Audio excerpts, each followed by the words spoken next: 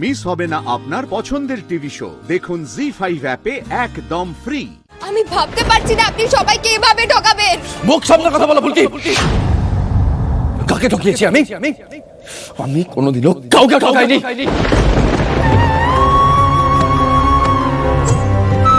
কাউকে ঠকাইনি আমি কোনোদিন। সারা জীবন আমি শুধু নিজে ঠকে এসেছি। আজ ঠকানোর কথা তুমি বলছো, এখনো বলতে পারছো? সবচেয়ে বড় ঠকানোটা তো তুমি ঠকিয়েছো আমাদের।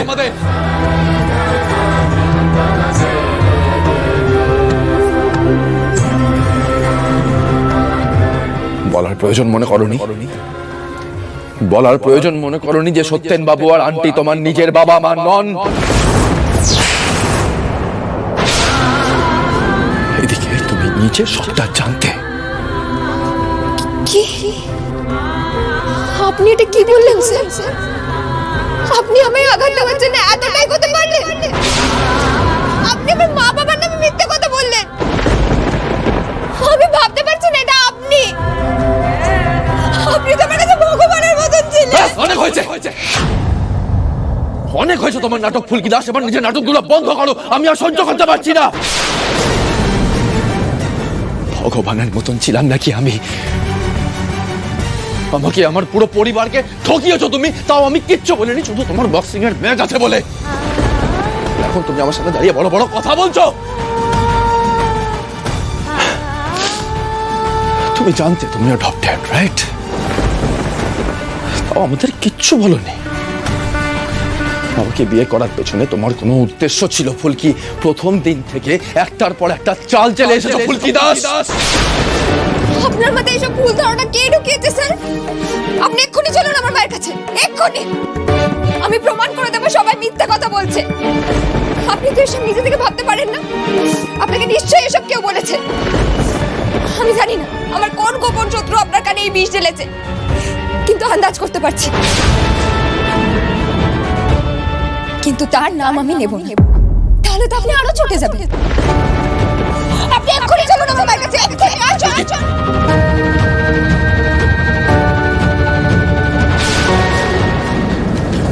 কি হচ্ছে?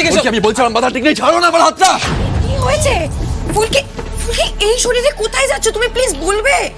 দিভাই তুমি শরীরের কথা বলছো? আমার উপর দিয়ে যে কি যাচ্ছে আমি কাউকে বোঝাতে পারবো না। ভাই এসব কি হচ্ছে বলো তো? কি হচ্ছে এগুলো? সেটা ফুলকে কি জিজ্ঞেস করো। ওই বলো। স্যার আমার বিষয়ে কিছু বলেছেন যেটা সম্পূর্ণ মিথ্যে। আমি স্যারকে নিয়ে যাচ্ছি সত্যিটা প্রমাণ করতে।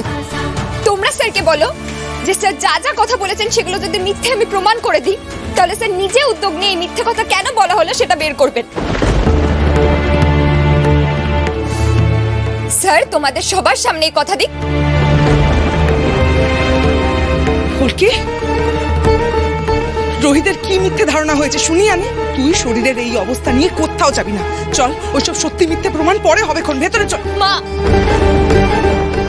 আমি স্যারের সামনেই বলছি, স্যার আমায় ঠকবাজ ভাবছেন। ভাবছেন আমি স্যারকে আবার ঠকিয়েছি। বারবার এসব কথা আমি কেন শুনবো? আমার কোনো মন নেই? আমার বুঝি কষ্ট হয় না?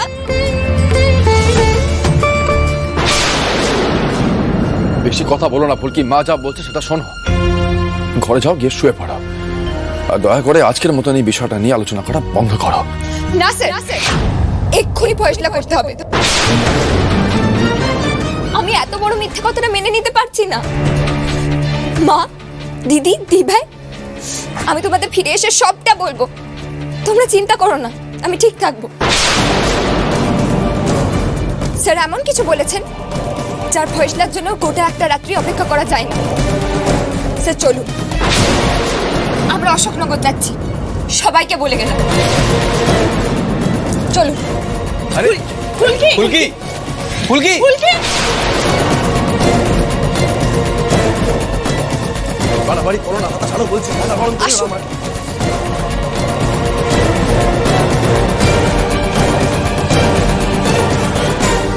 কি হলো? কেউ কিছু বুঝলে তোমরা?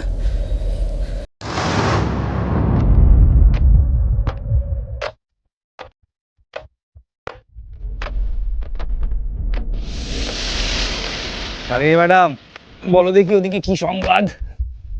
রুদ্রদা ফুলকি রোহিতকে নিয়ে অশোকনগরের বাড়িতে গেছে। আমার মনে হয় খুব সম্ভবত ফুলকির সামনে ওর জন্ম পরিচয়ের ব্যাপারটা চলে এসেছে এখানে।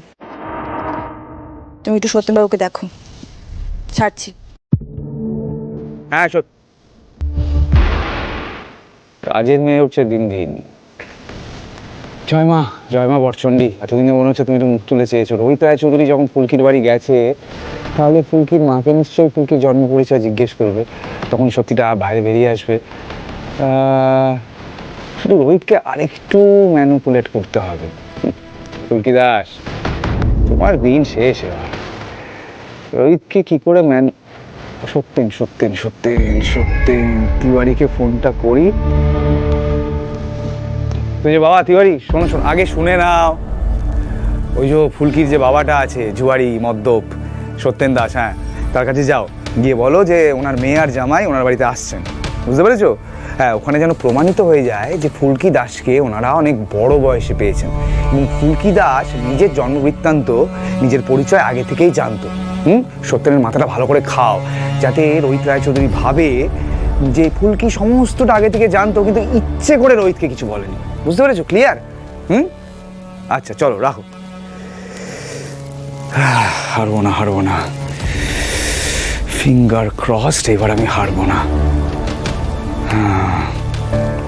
রোহিত রায়চৌধুরীর কাছে আস্তে আস্তে এটা স্পষ্ট হয়ে যাবে যে ফুলকি দাস আসলে রায়চৌধুরী পরিবারের ক্ষতি করতে এসছে। Let's see.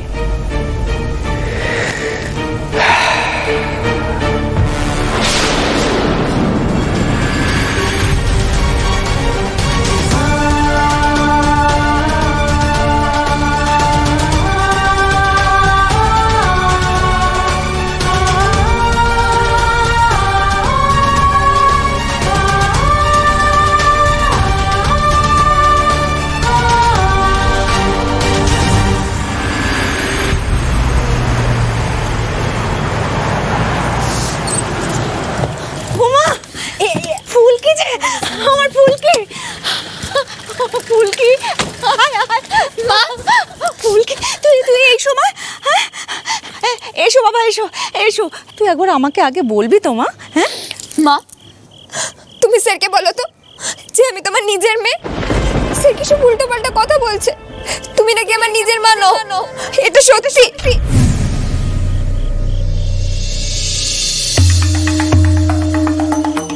তুই এসব কি বলছিস মা?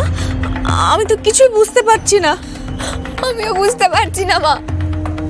স্যার বললেন তুমি শুধু বলো এই সব কথা মিথ্যে।